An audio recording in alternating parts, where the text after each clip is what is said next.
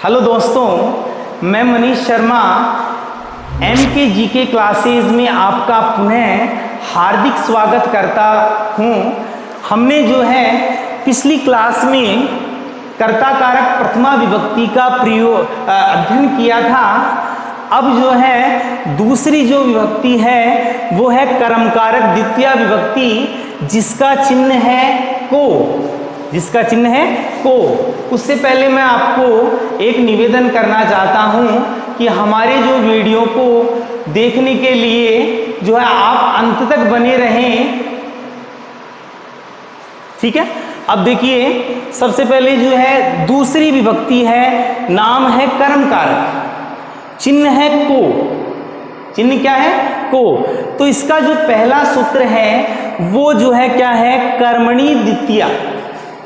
कर्मणि द्वितीया अर्थात इसका अर्थ होता है, सामान्य अर्थ होता है कर्म कारक में द्वितीय विभक्ति का प्रयोग होता है। अब मुख्य जो भावार्थ क्या है इसका कि अनुक्त कर्मणि द्वितीय विभक्ति भवति। अनुक्त कर्म में द्वितीय विभक्ति का प्रयोग होता है। मतलब अनुक्त क्या होता है इसके बारे में मैं सबसे पहले आपको बताता हूं। अब आपने जो मैंने जब प्रथमा विभक्ति आपको पढ़ाई थी तब मैंने बताया था उक्त कर्ता और उक्त कर्म। उक्त कर्ता तो मैंने ये बताया था जिस कारक के वचन और पुरुष के अनुसार क्रिया का वचन और पुरुष निर्धारित होता है उसे उक्त कहा जाता है। तो फिर जो मैंने कर्तृवाच्य का और कर्मवाच्य का उदाहरण बताया था कि कर्तृवाच्य में जो है कर्ता उक्त होता है, मतलब जो है कर्ता में प्रथमा विभक्ति का प्रयोग होता है, और कर्मवाच्य में कर्म उक्त होता है। अर्थात इसका अर्थ है कि कर्म में प्रथमा विभक्ति का प्रयोग होता है। लेकिन यहाँ दूसरा शब्द आगे इससे उल्टा, उससे उल्टा है अनुक्त। तो अनुक्त का अर्थ पहले बता देता हूं मैं कि अनुक्त में जो है जिस कारक के वचन और पुरुष के अनुसार, जिस कारक के वचन और पुरुष के अनुसार क्रिया का वचन और पुरुष निर्धारित नहीं होता है, उसमें उल्टा था, जिस कारक के वचन और पुरुष के अनुसार क्रिया का वचन और पुरुष निर्धारित होता है। इसमें जो है अलग है कि जिस कारक के वचन और पुरुष के अनुसार क्रिया का वचन और पुरुष निर्धारित नहीं होता है, अलग होता है, तो उसे अनुक्त कहा जाता है। अब यहाँ ये बताया है मैंने कि अनुक्त कर्मणि द्वितीय विभक्ति होती, अनुक्त कर्म में द्वितीय विभक्ति होती है। अब अनुक्त क्या है देखो यहाँ मैं बताता हूँ। ग्रामम अभीते वृक्षा सन्ति, उदाहरण लेते हैं। ग्रामम अभीते वृक्षा सन्ति मतलब गांव के दोनों ओर वृक्ष हैं। गांव के दोनों ओर वृक्ष हैं। तो यहाँ देखो, यहाँ अपन देखते हैं वृक्षा सन्ति तो वृक्ष के अनुसार क्रिया है, इसीलिए यहाँ तो जो है ये जो कर्ता है ये उक्त हो गया। लेकिन यहाँ कर्म क्या है? ग्रामम है, ग्रामम है और उसके अनुसार क्रिया नहीं है, इसीलिए ये अनुक्त हो गया। ठीक है, अनुक्त हो गया। तो अनुक्त कर्म में जो है द्वितीय विभक्ति का प्रयोग होता है। क्यों हुआ यहाँ? यहाँ द्वितीय विभक्ति का प्रयोग इसीलिए हुआ, एक तो कर्म कारक में द्वितीय विभक्ति का प्रयोग होता है, और दूसरी स्थिति है कि जो है यहाँ कर्म के अनुसार ये जो ग्रामम है इसके अनुसार क्रिया नहीं है, कर्ता के अनुसार क्रिया है, इसीलिए ग्रामम अनुक्त हो गया। और अनुक्त कर्म में हमेशा द्वितीय विभक्ति का प्रयोग होता है। अब दूसरी स्थिति है, देखो द्वितीय विभक्ति को दो भागों में बांटा गया है। द्वितीय विभक्ति को दो भागों में बांटा गया है। एक तो कर्म कारक द्वितीय विभक्ति, एक है उपपद द्वितीय विभक्ति। एक तो है कर्म कारक द्वितीय विभक्ति, एक है उपपद द्वितीय विभक्ति। कर्म कारक द्वितीय विभक्ति क्या होती है? देखो, पहली है कर्म कारक द्वितीय विभक्ति। अभी क्या होती है कर्म कारक द्वितीय विभक्ति? कर्म का या कर्म कारक का आश्रय लेकर के प्रयुक्त होने वाली विभक्ति को कर्म कारक द्वितीय विभक्ति कहा जाता है। कर्म कारक मतलब को चिन्ह को आधार बना करके प्रयुक्त होने वाली विभक्ति कर्म कारक द्वितीय विभक्ति होती है। इसमें अपन पढ़े कोई भी वाक्य अगर पढ़ते हैं तो उसमें जो है उसका जो कर्म होता है उसमें को हिंदी अर्थ करते हैं तो को बोले। जैसे आप जो है उदाहरण बताता हूं मैं, हरिम भजती, से और लगा देते हैं, वह हरि का भजन करता है, हरि की भक्ति करता है, हरि का भजन करता है, हरि को भजता है। तो यहां हरि को भजता है, किसको भज रहा है? हरि को चिन्ह आ गया। तो कर्म कारक का चिन्ह क्या होता है? को। तो इस कारण से यहां कर्म कारक को आश्रय लेकर के प्रयुक्त होने के कारण से इसमें जो है कर्म कारक द्वितीय विभक्ति का प्रयोग किया गया है। ये स्थिति है कर्म कारक द्वितीय विभक्ति की। दूसरी स्थिति है उपपद द्वितीय विभक्ति, क्योंकि द्वितीय विभक्ति को दो भागों में बांटा गया है। क्या स्थिति है कि उपपद द्वितीय विभक्ति किसी विशेष पद, दूसरा है उपपद द्वितीय विभक्ति। क्या है इसका? किसी विशेष पद के अनुसार या विशेष पद का आश्रय लेकर के प्रयुक्त होने वाली विभक्ति को उपपद द्वितीय विभक्ति कहते हैं। विशेष पद, किसी विशेष पद या विशेष शब्द को का आश्रय लेकर के प्रयुक्त होने वाली विभक्ति को उपपद द्वितीय विभक्ति कहते हैं। जैसे उदाहरण लेता हूं मैं, देखो ये उदाहरण है, ग्रामम अभिते वृक्षा सन्ति।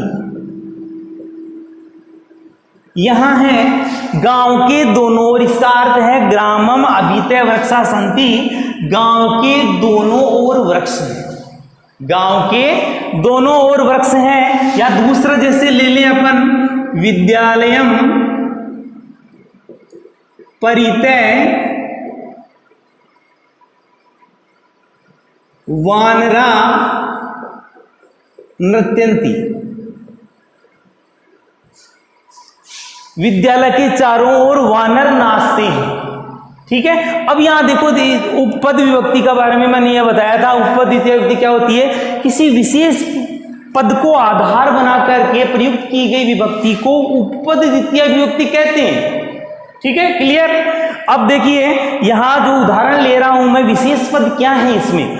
ग्रामम अभिते वृक्षा, गांव के दोनों ओर वृक्ष हैं। दूसरा उदाहरण मैं बता रहा हूं, विद्यालयम परिते वानरा नृत्यंती, विद्यालय के चारों ओर वानर नृत्य करते हैं। ठीक है, तो यहां ये शब्द है परिते अभिते। आगे जब द्वितीय विभक्ति का के जो है सूत्र, आप एक सूत्र है उसमें आपको पता पड़ जाएगा कि विशेष शब्द क्या होते हैं। फिर भी मैं यहां बता रहा हूं कि यहां परिते विशेष शब्द है, यहां अभिते विशेष शब्द है। इनके योग में जो यहां जो है कि विद्यालयम और ग्रामम में द्वितीय विभक्ति का प्रयोग हुआ है, इनके योग में, यहां तो परिते के योग में यहां विद्यालय में द्वितीय विभक्ति का प्रयोग हुआ है, यहां अभिते के योग में यहां ग्रामम शब्द में जो है द्वितीय विभक्ति का प्रयोग हुआ है। इसीलिए विशेष पद का आधार बना करके या विशेष पद का आश्रय लेकर के प्रयुक्त होने वाली विभक्ति को जो है उपपद द्वितीय विभक्ति कहते हैं। तो यहां विशेष पद ये हो गया, यहां विशेष पद ये हो गया। इनके कारण से, इस परिते के कारण से यहां द्वितीय विभक्ति का प्रयोग हुआ है। ठीक है, और यहां अभिते के कारण से द्वितीय विभक्ति का प्रयोग हुआ है। ठीक है, अब जो है आगे हम लेते हैं, दूसरा एक सूत्र है,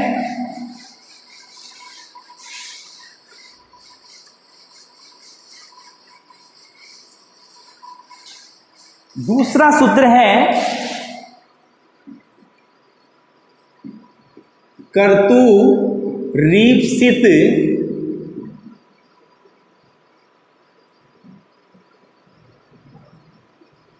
तमम कर्म। दूसरा सूत्र का क्या नाम है? कर्तूर रीप्सित तमम कर्म। मतलब इसका भावार्थ क्या होगा? देखो भावार्थ है यस्य वाक्यस्य कर्ता क्रियया यम सर्वाधिकम इच्छति तस्य कर्म संज्ञा भवति।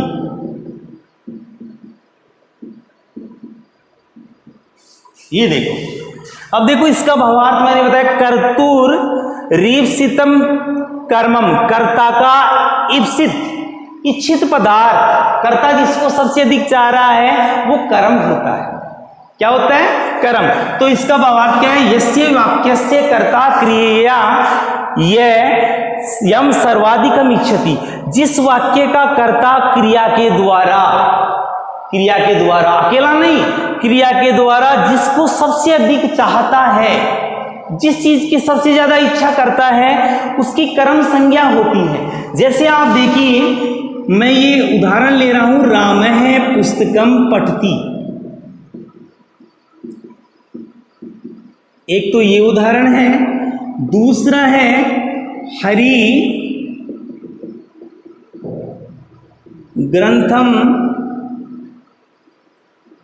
पढ़ती, तीसरा है से चित्रम पश्यति।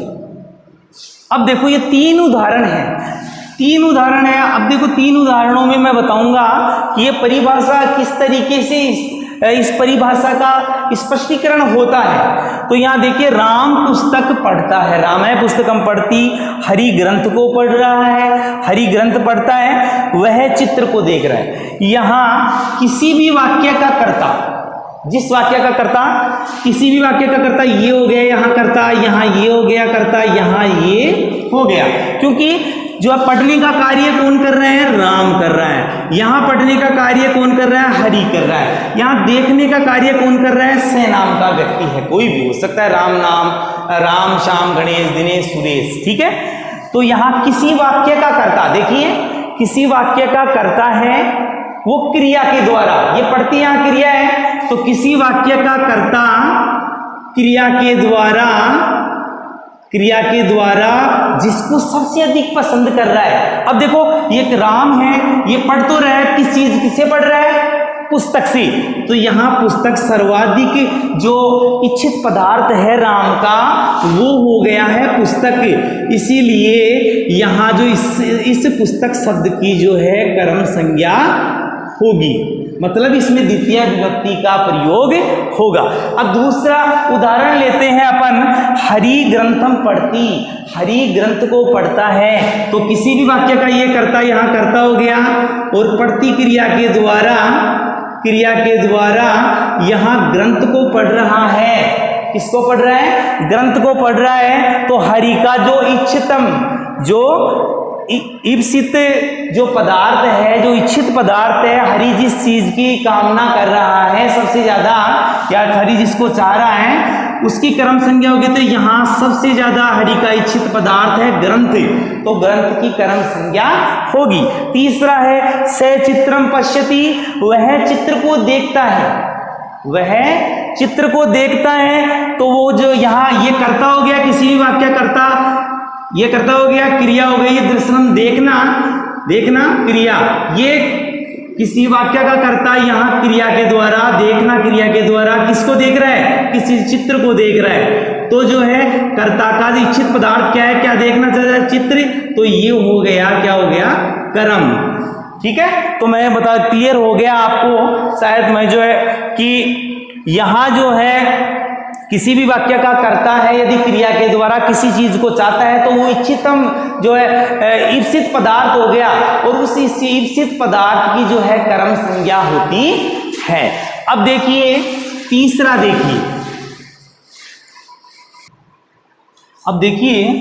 तीसरा है, एक सूत्र है, मैंने बताया था दूसरा, कर्तुरीप्सितमं कर्म, उससे जो कि कर्ता क्रिया के द्वारा जिसको सबसे अधिक चाहता है उसकी कर्म संज्ञा होती है, चाहने पर। ठीक है, यहां कभी कभी ये बताएगा तथा युक्तम, सूत्र है चानिप्सितम, कभी कभी कदा कदा अनिश्चित कारक से कर्म संज्ञा होती, कभी कभी अनिश्चित अनचाहे कारक की भी कर्म संज्ञा हो जाती है। अनचाहे कारक की भी जो है क्या हो जाती है, कर्म संज्ञा हो जाती है। अब यहां देखिए मेन स्थिति क्या है, ग्रामम गच्छन उदाहरण लेते हैं, ग्रामम गच्छन तृणम स्पर्शति, गांव को जाता हुआ, गांव को जाता हुआ तृणम स्पर्शति, तिनके को स्पर्श करता है। गांव को जाता हुआ किसको स्पर्श करता है, तिनके को स्पर्श करता है। यहां इच्छित पदार्थ क्या है, कहां जाना चाह रहा है व्यक्ति, कहां जा, गांव, तो ये तो हो गया इप्सित। ठीक है, तो ये गांव जाना चाह रहा है, तो कर्ता जो है किसको चाह रहा है, गांव जाना चाह रहा है, क्रिया के द्वारा जो है किस चीज की इच्छा कर रहा है, गांव जाने की, तो ये तो हो गया इप्सित। ठीक है, और जो है मैंने बताया कभी कभी जो है इच्छित इप्सित कारक के साथ जो है अनिप्सित जो कारक होता है, अनचाहा कारक हो जाता है, उसकी भी कर्म संज्ञा हो जाती है। ठीक है, अब यहां जो इसमें तो कर्म संज्ञा का प्रयोग मतलब द्वितीय व्यक्ति का प्रयोग होगा ही, लेकिन यहां गांव जाता हुआ तिनके को स्पर्श करता है, तिनके को चाहता नहीं है लेकिन रास्ते में चल रहा है, तिनके को स्पर्श कर लिया, तो कभी कभी जो है इच्छित पदार्थ के साथ या इच्छित कारक के साथ जो है अनिश्चित कारक की भी कर्म संज्ञा हो जाती है। यहां तृणम जो है ये अनिश्चित कारक है, इसीलिए यहां जो इसमें भी द्वितीय विभक्ति का प्रयोग होगा। ठीक, ओदनम भुंजानो विषम भुंक्यते, चावल खाता हुआ व्यक्ति विष का उपभोग कर लेता है। चावल खाना चाह रहा है लेकिन मान लो विष मिलाया हुआ है, विष खाना नहीं चाह रहा है वो, लेकिन जो है ये जो है चावल खाने वाला जो व्यक्ति है विष का उपभोग कर रहा है, तो चावल तो ये हो गए इप्सित कारक इसका, इसकी तो कर्म संज्ञा होगी, पहले बताया था मैंने, कर्तुरीप्सित तमम कर्म से। लेकिन चावल खाता हुआ व्यक्ति जो है विष का उपभोग कर रहा है, ये अनिप्सित अनचाहा नहीं चाह रहा है, तो यहाँ ये विष जो शब्द है वो अनिप्सित हो गया, इसकी भी जो है इप्सित कारक के साथ जो है कर्म संज्ञा हो जाएगी, मतलब इसमें भी द्वितीय विभक्ति का प्रयोग हो जाएगा। तो सार इसका ये है कि कभी इच्छित पदार्थ के साथ इप्सित कारक के साथ कभी कभी जो है अनिप्सित कारक की भी कर्म संज्ञा हो जाती है। जैसे मैंने उदाहरण बताया, ग्रामम गच्छन तृणम स्पर्शति, ओदनम भुंजानो विषम भुंक्यते, यहाँ अनिप्सित कारक जो है ये तृणम है। ठीक है, तृणम है, और यहाँ जो है ये विषम है। ठीक है, तो यहाँ जो है अनिप्सित कारक होने के कारण यहाँ जो है द्वितीय व्यक्ति का प्रयोग किया गया है। अब देखो चौथा, देखिए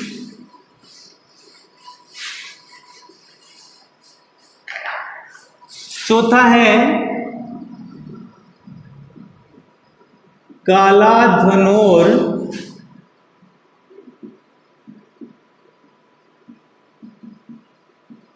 संयोगी, कालाध्वनोर अत्यंत संयोगी।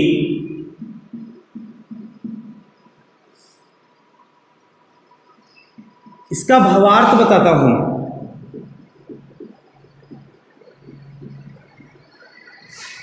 क्या है भावार्थ? कालवाची समय बताने वाले शब्द।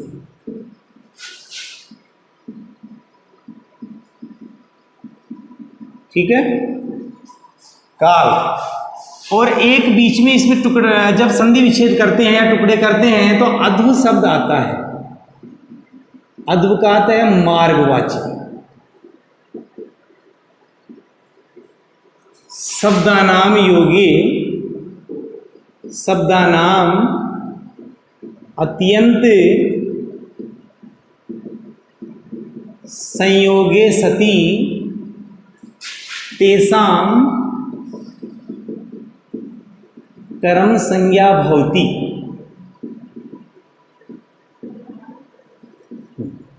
ये है, इसका अर्थ क्या है देखो, काला धनोर अत्यंत संयोगी, कालवाची समय को बतलाने वाले शब्द। कालवाची का अर्थ क्या है? समय को बतलाने वाले शब्द।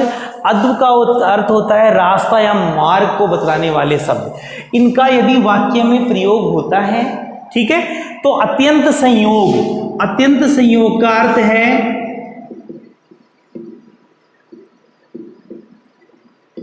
ये जो शब्द है ये पूर्णता प्राप्त किए हुए हों, पूर्ण हो, पूर्णता प्राप्त किए हुए हों, तो उन इन शब्दों में जो है किस विभक्ति का प्रयोग होता है, जो है इन शब्दों में द्वितीय विभक्ति का प्रयोग होता है। अब देखो, जैसे उदाहरण ले रहा हूं मैं आपके सामने, उदाहरण ले रहा हूं, उदाहरण लेने के बाद में अच्छी तरह से आपको समझ में आ जाएगा।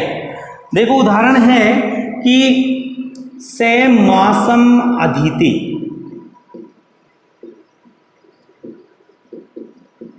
ठीक है, एक उदाहरण। दूसरा उदाहरण है हरि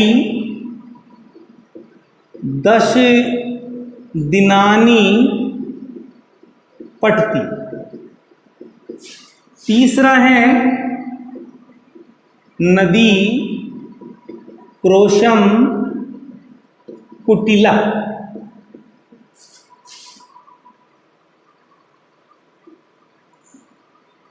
चौथा है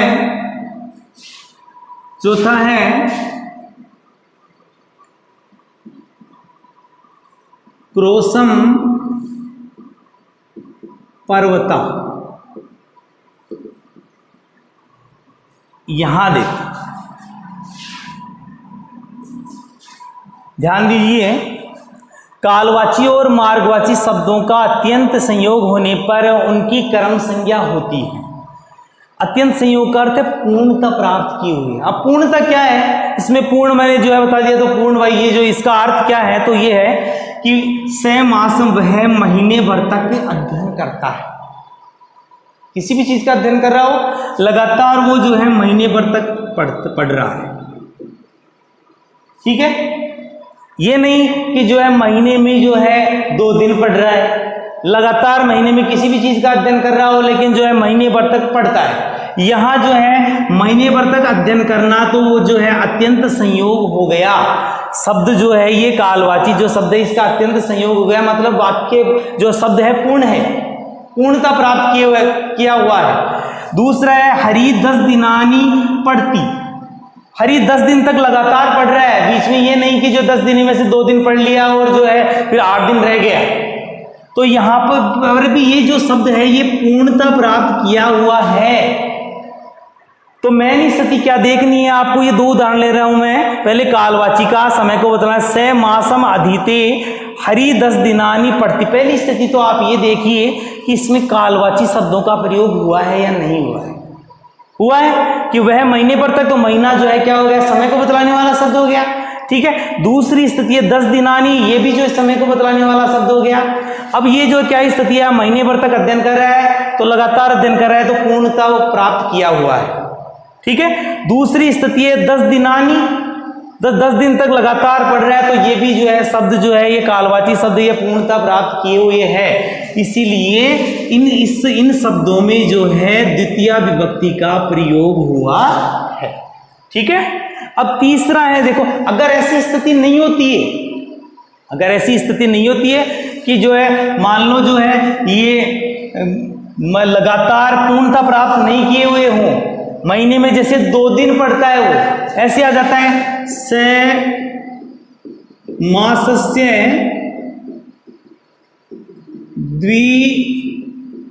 द्विस्नाति। वह महीने में 2 दिन स्नान करता है, महीने में 2 दिन स्नान करता है। षष्ठी व्यक्ति का प्रयोग किया गया है, लेकिन जो बोलेंगे तो अपन जो है, क्योंकि ये उपपद व्यक्तियों के अंतर्गत आती है, तो यहाँ जो है क्या है कि महीने में जो द्वितीय विभक्ति का प्रयोग किया गया है, महीने मासम में, सॉरी यहाँ जो है मैं ले रहा हूं कि से मासस्य द्विस्नाति, वह महीने में 2 दिन तक 2 बार ही स्नान करता है लगातार। तो ये जो वाक्य जो है, ये मासस्य जो शब्द है ये पूर्णता प्राप्त नहीं किए हुए हैं। पूर्णता तो कि महीने का महीने ही ना आए, तब ये जो शब्द कालवाची शब्द हो वो जो है पूर्णता प्राप्त किए हुए हो, तब द्वितीय व्यक्ति का प्रयोग हो। जैसे ये 2 उदाहरण हैं। नहीं तो यहाँ अगर ऐसी स्थिति नहीं होती है, मान लो 10 दिन में से 2 दिन पड़ रहा है, या जो महीने में जो है 10 दिन पड़ रहा है, तो ऐसी स्थिति होने पर जहां आधा काम हो रहा हो वहां तो षष्ठी व्यक्ति का प्रयोग होता है, पूर्णता प्राप्त नहीं किए हुए हो। और जहां जो है पूर्णता, जो कालवाची शब्द पूर्णता प्राप्त किए हुए हो वहां जो है द्वितीय विभक्ति का प्रयोग होता है। ठीक। तीसरा है नदी क्रोशम कुटिला। नदी कोस वर्तक टेढ़ी है। कोस का अर्थ है कि एक कोस में कितने किलोमीटर होते हैं, क्रोशम का अर्थ है 3 किलोमीटर। ठीक है, तो 3 किलोमीटर तक टेढ़ी है लगातार, बीच में ये नहीं है कि जो है सीधी आ गई, लगातार टेढ़ी है। मतलब पूरा जो है पूरी पूर्णता प्राप्त किए हुए हैं। ये शब्द क्रोशम, क्रोशम किसको बतलाने वाला शब्द है, रास्ते को बतलाने वाला शब्द। किसको बतलाने वाला शब्द है, रास्ते को। कोस कि नदी कोस वर्तक जो है टेढ़ी है। ठीक है, तो यहां जो है अगर जो है वाक्य में अगर जो है अद्वाची मार्गवाची शब्द का भी प्रयोग हो और वाक्य जो है जहां मार्गवाची शब्द है वो पूर्णता प्राप्त किए हुए हो वाक्य में, वहां जो है द्वितीय विभक्ति का प्रयोग होता है। अगर जो है ऐसी स्थिति आ जाएगी, कोस के आधे भाग में वृक्ष है। कोस मतलब कोस जो है क्रोसस यहाँ किसी भी रास्ते में है, तो रास्ते में जो है ये स्थिति आ जाए कि रास्ते में जो है कि आधे भाग में तो नदी है, आधे भाग में जो है जल है, ये स्थिति आ जाए, वहां पर तो जो है क्या स्थिति है कि वहां पर द्वितीय विभक्ति न होकर के षष्ठी विभक्ति का प्रयोग होगा। ठीक है, यहां जैसी स्थिति है मैं बताता हूं आपको, क्रोशस्य अर्धे वृक्ष। कोस के आधे भाग में वृक्ष हैं। कोस पर जो है जहां 3 किलोमीटर आधे भाग में वृक्ष और आधे भाग में और कोई या समतल मैदान होगा, तो वहां पर तो जहां जो ये मार्ग को बतलाने वाला शब्द है वो जो है पूर्णता प्राप्त नहीं किए हुए हों, वहां पर तो षष्ठी व्यक्ति का प्रयोग होगा। लेकिन यहां जो है क्या है, नदी क्रोशम कुटिला, यहां पूर्णता प्राप्त किए हुए क्रोश शब्द, क्योंकि लगातार ही टेढ़ी है वो, तो इसीलिए वहां पर द्वितीय विभक्ति का प्रयोग हो रहा है। अब देखो क्रोशम पर्वता, कोस वर्तक पर्वत है लगातार, चलो तो भाई कोई 1 तो 3 कोस तक पर्वत ही पर्वत है। ठीक है, यहां भी जो क्रोशम शब्द है वो पूर्णता प्राप्त किए हुए हैं, इसीलिए जो है यहां द्वितीय विभक्ति का प्रयोग होगा। यहां मतलब इसका अर्थ ये समझ लो कि अगर किसी भी उदाहरण में, साधारण तरीके से बता देता हूं, किसी भी उदाहरण में कालवाची या मार्गवाची शब्द का प्रयोग किया हुआ हो और जो कालवाची और मार्ग को बतलाने वाला शब्द पूर्णता प्राप्त किए हुए हो, पूर्ण हो, तो वहां जो है उन शब्दों की कर्म संज्ञा होती है। अगर हमारे पढ़ाने का तरीका आपको अच्छा लगता है और हमारे द्वारा डाली गई क्लास वीडियो आपको अच्छे लगते हैं, तो हमारे क्लास वीडियो को लाइक एंड शेयर करें और हमारे चैनल MKGK क्लासेस चैनल को प्लीज़ सब्सक्राइब करें। धन्यवाद।